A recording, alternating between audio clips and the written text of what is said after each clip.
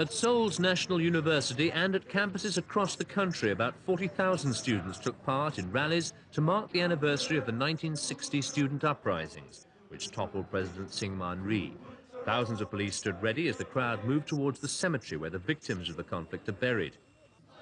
The students are demanding greater democratic reforms and the resignation of President Roh Tae-Woo. At several universities, effigies of the hated president were doused with gasoline and set alight to the cheers of the crowd.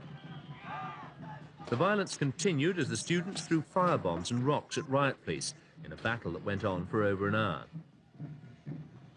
The student uprisings of 1960 were triggered by widespread election rigging. They managed to bring down the Rhee government only to be silenced by a military coup the following year.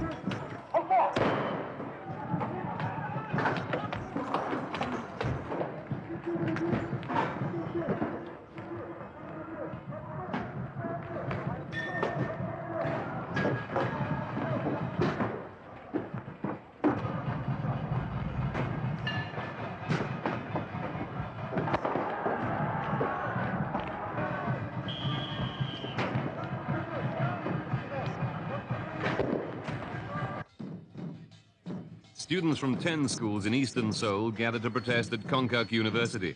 They tried to leave the campus to hold street demonstrations. Riot police were there to stop them, and the students lashed out with the now almost ritual volleys of petrol bombs and rocks. Hundreds were thrown during the afternoon. Similar fighting took place elsewhere in Seoul and in 2 other cities across South Korea. Some carried sticks and attacked the police directly. The rest continued throwing petrol bombs while the police did their best to avoid them. Eventually, the familiar smell of tear gas filled the area as the police tried to drive the students back into the campus. Along with other dissident groups, the students want President Roh Tae-Woo's American-backed government ousted. They claim the Roh Tae-Woo regime is just a front for oppressive military rule. There's some sympathy for that view in the population at large, but the extremism and violence of the students find much less favor with ordinary Koreans.